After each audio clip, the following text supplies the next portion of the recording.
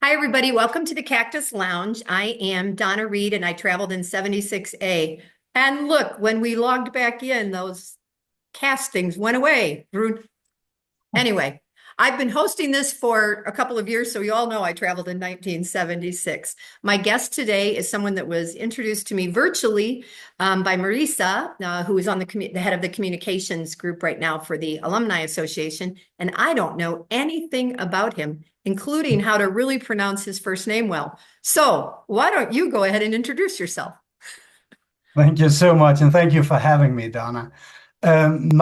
My name is one of those names that's extremely hard to pronounce for anybody outside of my country. My first name is Rune, and it's extremely hard to pronounce, which is why I went by my middle name in Up With People, and I was just known as Kier. Here. So you went So with feel something. free to use that. And Nielsen, and one of the things with languages and countries is it could be SON or something, and we kind of understand where people are from a little bit based on how they spell their last name, right? That's true. So it's 8 o'clock on a Sunday morning here in Tucson. So you must be 5 o'clock-ish or something. What time is it? 4 o'clock in Denmark. Four Yeah, o'clock in Denmark. Okay, well, welcome. So you you traveled in cast A of 2000, right? that's true. Tell our listeners how you learned even about Up With People. Well, when I finished high school, I was a gymnast, and I was pretty seriously thinking that that was going to be something I wanted to pursue. But I also wanted to travel, so I started looking around and how can you do performances and keep up with that kind of stuff while actually seeing the world.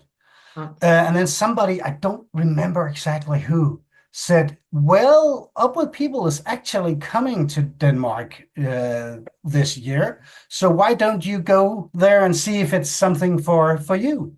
And I went down. It was in the southern part of Denmark, so not more than a couple of hours from where I am now.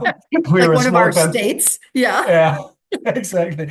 Uh, and I saw the show, and I remember talking to the admissions intern in the show right after and saying, "This is something I want to do." Tons of young people, lively. I believed in the values of it, and I could keep up with performance, physicality, as well as travel the world. It sounds as like perfect match for me. So were you 18? Were you then did you travel right out of high school or? Yeah, but high schools is a bit different in Denmark. I was 21 when I traveled actually. Okay.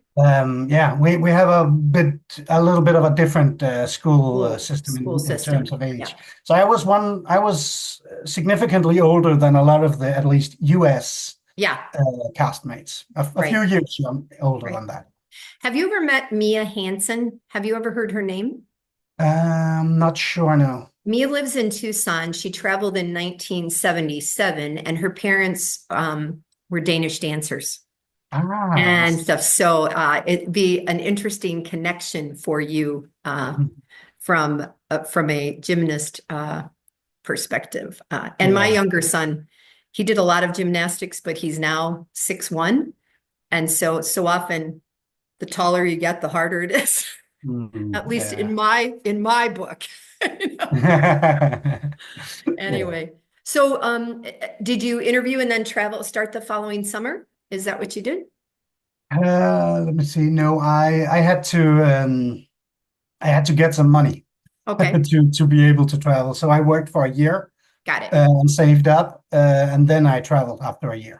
Okay. And at that point, was it still a 1-year tour that was scheduled, or was it 6 months, or what was So the? it was a 1 year trip. The U.S., North America, potentially Mexico, Europe, and some people went to Japan as well. So it was Okay, okay. it was a So very big production too. It was huge tour and huge production. right, right. So back when I traveled, there was like 125 to 150 that started in our cast and stuff. Mm. So big numbers like that, do you think? Yeah, it sounded similar. Yeah. Yeah, yeah. And okay, so 2000 was one of those years. Tell our listeners, to be honest, I'm going to tell you, I interview many of the interviews are older. Mm, They're retired, they have more time, they've lived more life, mm, whatever. And some of the ones that I'm trying to get are the kids that were 13, 14, and kids. They're now like in their 30s or but but to get those who traveled more recently and had a total different experience. Tell everybody kind of what evolved in the year 2000. Well, that's when Up With People went bankrupt, as I understand it, around Christmas. So for a lot of us, we had, saved up money, gotten scholarships. Everything was set for this huge 1 year tour. Right. And then I remember it vividly. It was December 6th, and we were sitting on a stage, and we were put together, and then our cast manager said, "Well, I'm so sorry, but once you are leaving, in a moment, you will be leaving for Christmas break. And I know a lot of you had thought you would be coming back. Wow. That won't happen." Um, What awful news to have to deliver. it was heart-wrenching. There was crying and disbelief and all the stages of grief, really, Yeah. and desperate measures to do something. And of course, you Right. couldn't. I think I also from seeing what Up With People did afterwards, I think they had, and that was for our benefit. The production was huge. It was Yeah. Broadway style, and was extremely valuable experience to be part of. But it couldn't Sustain. generate enough revenue to make that. Yeah. But Yeah. yeah, so we all said goodbye and went our different ways. Yeah. And where were you when you ended your tour? What part? Were you in the States or Europe or Well, that's another thing, of course. yeah. Once you worked a year to get money and you got scholarship, and the scholarships were all part of the last year, but the last half year, which we didn't get. But Oh. it was also, that was when our cast was supposed to head out of the United States. So we Mm. had been traveling all over um, the middle Yep. part of the United States and New England and up and down the coast.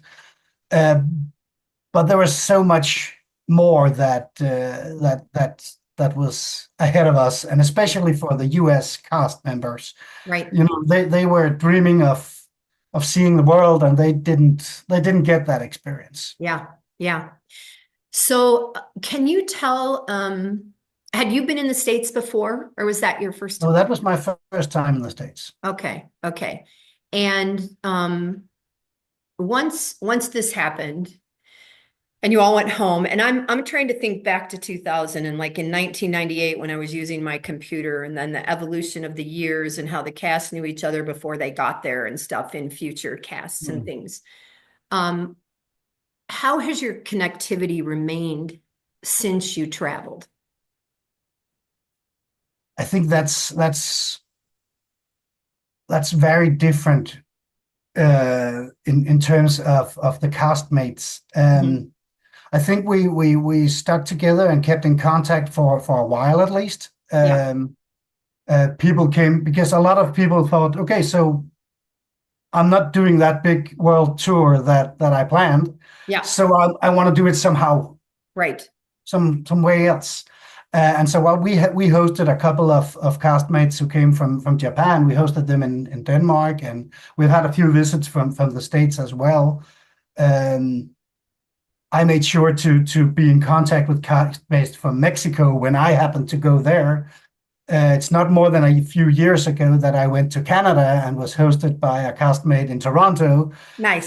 Before that, I was in Washington, D.C. at a conference and was hosted by castmates. So in that way, it's definitely still there, but it's not, the weekly Yeah, yeah. correspondence. Well, I don't know that anybody does the weekly thing, but as I've done No. these interviews and met people from all across the years, Mm. you can have five casts that traveled, and one of them still gets 30 to 50 people together 45 years later. There's a group from 84, they're going to Portugal this Yeah. fall. They've got at least 35 signed up. That's a lot. Yeah. 40 some years later. And I did a thing with them in Sweden just because we had a lot of mutual friends. So, and at that particular event in Marstrand outside of Gothenburg, there was 94 of us. Yeah. And it ranged from kids age 8 to the parents in their 80s. I mean, it was fascinating. But that's few and far between. My cast usually gets 15 to 20 people, Yeah. I think we are a lot of people are coming to the Ireland reunion this Good. summer. So I think that that's going to be a nice part of the cast And attending that's there. really good for the Europeans. Yeah. Yeah. So, all right. So, moving on into the host life. Did Yeah. you end up going to college or and stuff? Because you said you worked for a year and you were saving money, and then you were 21 when you traveled. So, what happened after that? Well, I had the feeling too that I'd been a little robbed of Yeah. my world tours. And I traveled, I worked a little bit more, and then I traveled again in Asia. And then I started at university. Okay. So I have a master's degree in social anthropology, Wow. which was, of course, very I inspired. don't even like I can't even understand that, let alone do it. So that's fascinating. Yeah. Yeah. But Yeah. it has to do with cultural differences and dynamics. And so it was very much motivated actually by my experiences with Up With People and the Nice. show and the mixing of so many different cultures and where was the misunderstandings and where were the overlaps and that kind of stuff. That That is was very interesting. that is one of the things that when I interview people, I always wonder if, we are who we are, who we are. I'm from a town of only Mm, 500 people. But my mom was from Chicago, so a bigger city. mm, So eh, are we inherently those people before we joined Up With People? And does that just expand who we already were? Or were we kind of sheltered mm. and not maybe I don't want to say open-minded, but even unaware of what we don't even know, right? You don't know what you don't know. Yeah. And then Up With People, you're like, oh, wow. I definitely think that Up With People was a horizon broadening experience that you really saw the many very different ways that we live our lives Yeah. Yeah. in the world and the human existence, that it has so Yeah. many shapes and sizes and colors. Yeah. And yeah, I really think that did something for me at And least. being in people's homes, right? I mean, Exactly, the host you weren't just at a family. hotel down the street seeing them in a restaurant. You were Yeah. you were living the life with them. That's one of the things that changed after COVID. And I think a huge Mm. challenge is that I don't know that the world in general will ever open up their homes the way we did when we traveled. I think we being alumni and friends and people like that, and even alumni who don't know each other, they're like, oh, you Mm. traveled? Yeah, you can come stay at my house. But Yeah. but in general, I just don't know that the world will do that again, you know?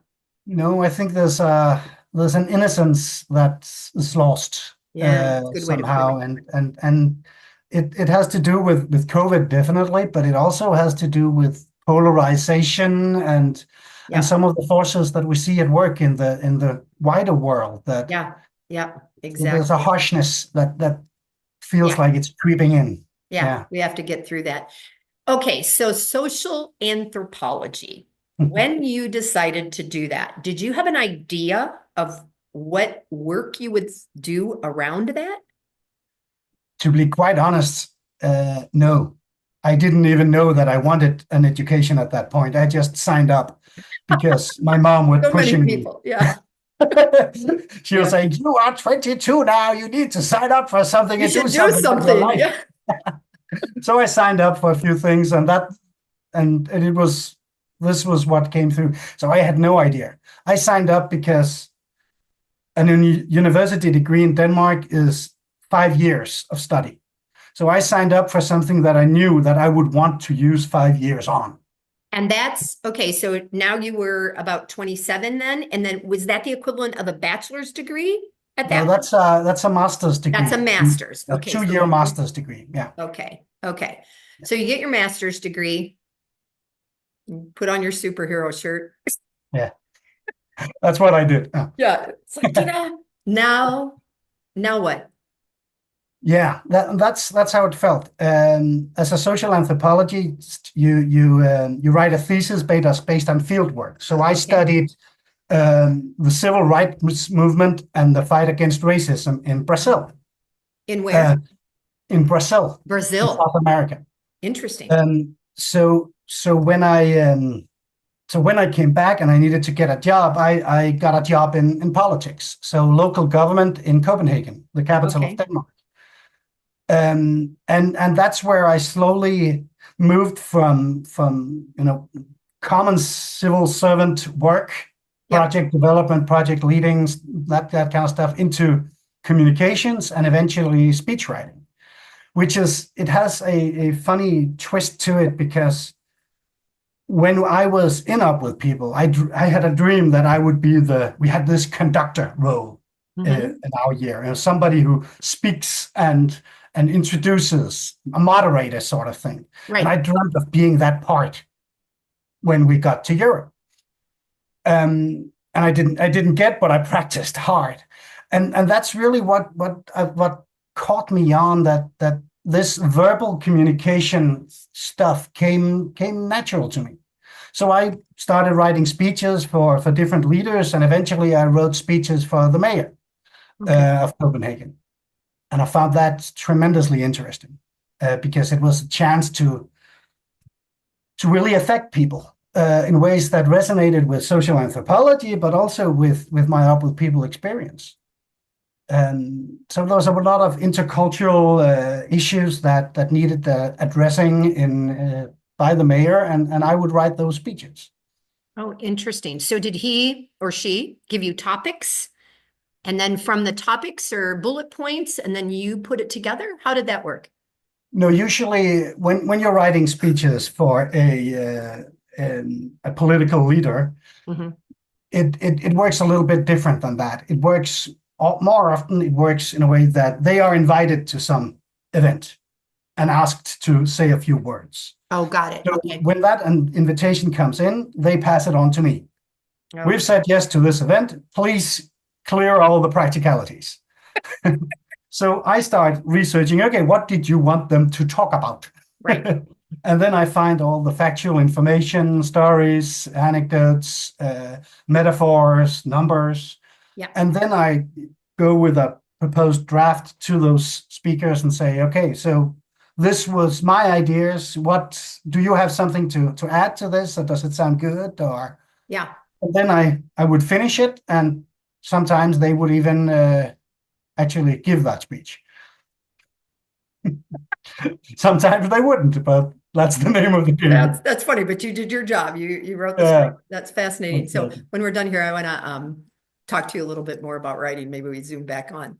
Um, so when Marisa contacted me, she was talking about your passion right now. And did you write a book about this? Yes, because after I had written for the mayor in Copenhagen, Yep. well, I became a father, and that was about the time when the UN climate COP, the big conference, International Climate Negotiation Conference, came to Copenhagen, Okay.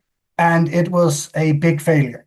It was a big So I what? decided it was a failure. It Oh, didn't deliver the results that needed to happen. okay. Okay. So I decided that I needed to get engaged with that fight, to do something about the issues with climate. So I got a job as the speechwriter for the minister, the Danish Oh, Ministry for Climate, and I worked there a while. I worked for the Danish Ministry for the Environment a while, and eventually I discovered that there was a need to address what do you say about climate so that it doesn't polarize people, because it's such a polarizing topic. So how do we discuss our future, our feelings of how do we discuss that in a good way, and how do we speak about it? So eventually it started actually during COVID. I started writing on that book. And it was a book in Danish in the beginning. Then a publisher in the US saw that, hey, maybe this is something we need too. Yeah, So we made an updated version, and it's launching April 15th. So in just a short while. It's nice. called Speaking on Climate, and it is a guide for speech writing for a better future. Um, so it really tries to encompass my experiences and kind of tell a lot of guide, especially young people struggling to find their voice in the world, guiding them to what do they need to consider, and how can they voice what the world looks like from their shoes. You know, Um, it's interesting. I'm guessing that I could easily be your mother, right? From an age perspective. I have three sons. My youngest turned 38 the other day. mm, So and I don't have any grandchildren yet, and I want grandchildren, and yet I wonder about the world. I mm, wonder about the world they're being born into. Um, based on, what you brought up earlier, just about how there seems to be so much distension, and can you have a peaceful conversation about anything without somebody getting mad, mm, right? Whatever that is, or he said, she said, and it's funny. I was with I saw both Steve and Paul Caldwell at Mr. Belk's 100th birthday, and I've seen Steve a few times. And he we talked about the fact that the need for our music and the need for our story is as great now as it was 50 years ago, mm, you know? definitely. And I don't know that I ever thought I would live through that. To be fair, I grew up oblivious. I grew up in a little town in the Midwest with farmers and good food and near the water, and you're just living your life. And Mm, then I was raising kids in the 80s and early 90s. And so I think that it's taken a lot of time for, especially we as US citizens. I feel like Europe is ahead of us in many ways. And I'm just going to say my nephew and his wife live in Utrecht, and I know there's places over in Europe that are like underwater practically. You guys are mm, floating islands, you know. And so melting water matters. Well, melting mm. glaciers and stuff.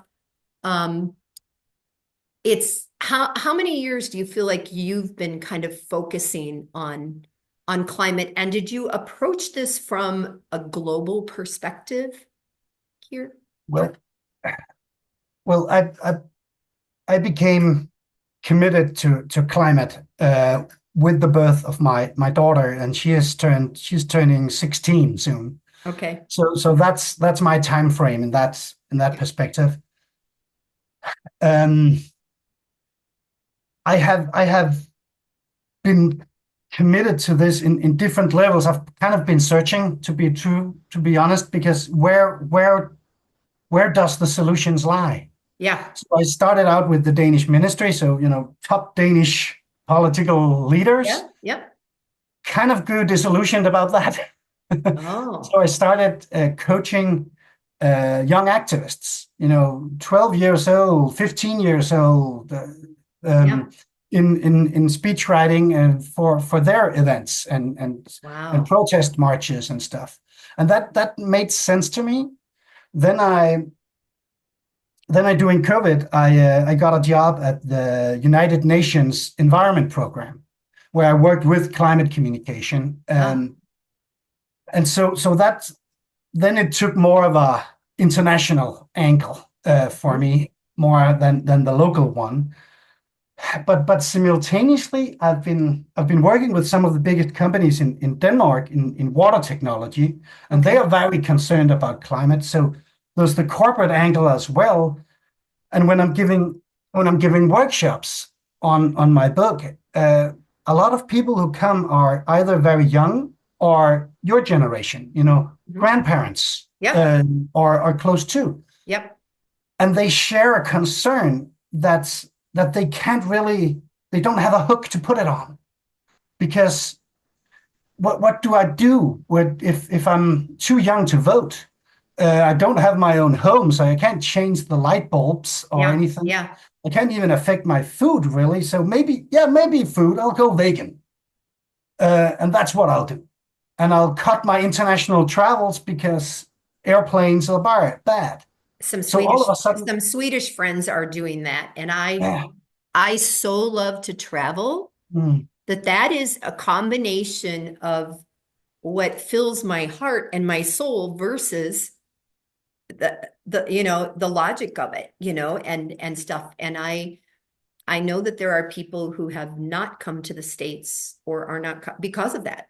So that's yeah, yeah, and we're cutting down on it big time here. So meat definitely, and especially certain kinds of meat, so beef, yeah, they're pretty much out of the menu. Air interesting. travel as far down as it can possibly go. But you're so right. I love a good steak. I really do. And I think that the world will be a better place when we visit it and see Yeah, have the up with people experience.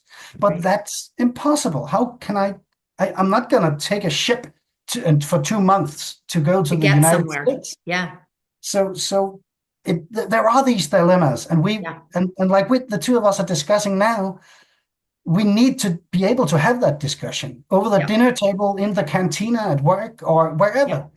So, and that's one of the things that I see that people are unable to, because the moment you say that you're vegan, people are thinking, oh my God, you are this obnoxious, better knowing savior type, instead of actually hearing, hey, are you concerned about the future and trying to do something about it? The moment I say I'm not flying yeah. somewhere, people are saying, "Oh, but why are you not flying? It doesn't matter what we do anymore." It's so Yeah, no, I confrontational. feel when I was a kid, there was a cartoon and there was a devil on one shoulder and an angel on the other. And you can get torn between those things. Yeah. And I think the the idea that we have the discussions and that they're verbal. I mean, I don't remember if it's Denmark or where there's some sort of a thing where people go to the library and like a Mm. kid talks to a senior citizen, Yeah. right? We have a human library, we call it. So you can talk to a I homosexual, you can love talk that to idea. anybody. Yeah. Yeah, yeah. Immigrant groups. And yeah. And the other thing is I always think about Up With People's songs, which is why I say we still need the music, is there's, one to one will change the Mhm. world. And then when my son traveled, it was like, I'm just one person, what can I do? Well, that's our dilemma, isn't it? Yeah, exactly. What can I do? And it's interesting. Our church has just started a second recycling program because you all are way better at recycling than we ever have been. And so once a month, we can take in a whole lot of different things. It's available everywhere in the city, but people don't know about it. Yeah. So we've created the space for people to come with the second set of recyclables Mm. that normally would just wind up in the garbage, you Yeah. know? And and I'm going to say that I know some young people, and these are the 25 to 45-year-olds who are only buying clothes a certain way, who aren't buying, artificial things, who won't eat or take a styrofoam takeout cup from Mm. places and things like that. So, my son traveled a lot in Sweden, and I happen to have family in Sweden. Mm. And when I see some of the things about like 6 choices of where to recycle, Mm. I'm in awe.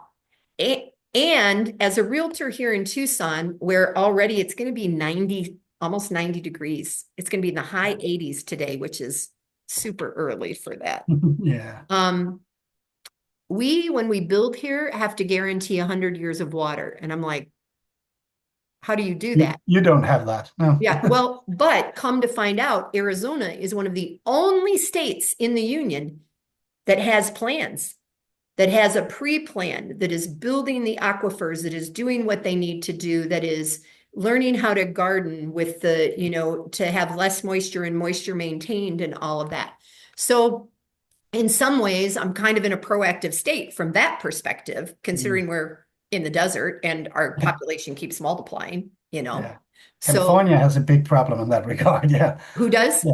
California. Oh, yeah, Yeah, they're absolutely. drying up completely. Yeah. Yeah, yeah. So I just had the 10-minute warning Mm. pop up. I don't know if you guys can see that when it shows up on No. my No. screen. Yeah. So if you were to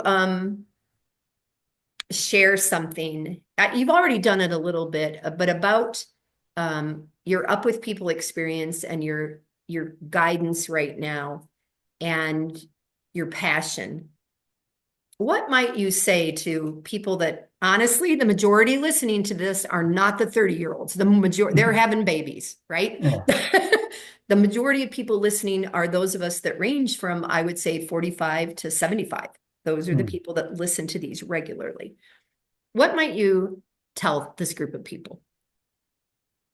There was a statistic that came out recently saying that 2/3 of young people in the world are extremely concerned about their future because of the climate, the Wow. state of climate, and the passivity they experience from the system, but also from older generations. Interesting.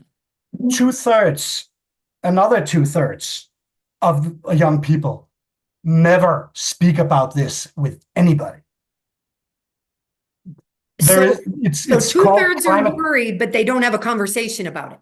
Yes, we are we're in a state where we know that climate anxiety, eco anxiety is growing, and it's Wow. affecting our young people all over because they're not talking about it. They're afraid to ruin the dinner conversation and the coziness when they're Wow. coming and they're seeing the big turkey at Thanksgiving, or the pork chops on Christmas, or whatever.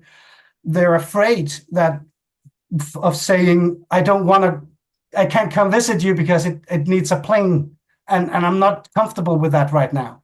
They're afraid of that, and nobody is talking to them. Wow. So they are feeling that the weight of the world is on their shoulders and they're all alone. That's a huge psychological burden to wear at a young age. Right. So if I had one message to speak to my generation and up, Yeah. it would be, make it easy for them. Start the conversation. Listen to the concerns they have and see if at all there's something you can do together so they're not feeling so much alone. Because that's so bad for anybody. And the only antidote is doing something together and being listened to, so they don't feel so alone and they feel like it's just not just conversation, it's also some kind of action. It doesn't have to be much. It can be growing food in your garden, recycling more. It can be, okay, so you don't need to fly on a plane to get here for Christmas. We'll arrange something with a bus or Yeah. train, or Or train. Yeah. or we'll make sure that some of us might like the turkey, but we'll make sure there's something for you too. You don't have to. You can. We'll Meeting have the a needs. conversation. We'll be open about it. Yeah. That would be my major thing. Yeah. Yeah. Another one is, of course, that once the conversation is started and we're collective, we're sharing it, we can start actually speaking out together. Because a lot of us, when you have kids, you know that it doesn't really matter if you agree with them all the time. Sometimes it matters that if they're sad, you want to comfort them. And if we have all these young people that are extremely concerned about the state of the climate, maybe we don't need to agree on the science. Maybe we can act because our young children and kids are scared. We're And scared. that's it. Yeah. It doesn't have to be more difficult than that. Oh, that's awesome. All right. I am going to wrap this up. And then we still have a couple minutes. I'd like you to stay for just a couple of minutes so that I can ask you a couple of questions off of here. Thank you for joining. I appreciate it. I think it's a great message. And whether I pronounce your first name correctly, I can get Kier Nielsen. It's just the whole way that people move their mouth. I speak French, and Yeah. that's like they don't hardly open their mouth at all, right? So I appreciate your time today. I will, I haven't posted one of these recently, so I'll probably get it uploaded pretty quickly, and I'll make sure that you know that I've posted it. It was a pleasure, Donna. A true Great. pleasure. Take care. You too.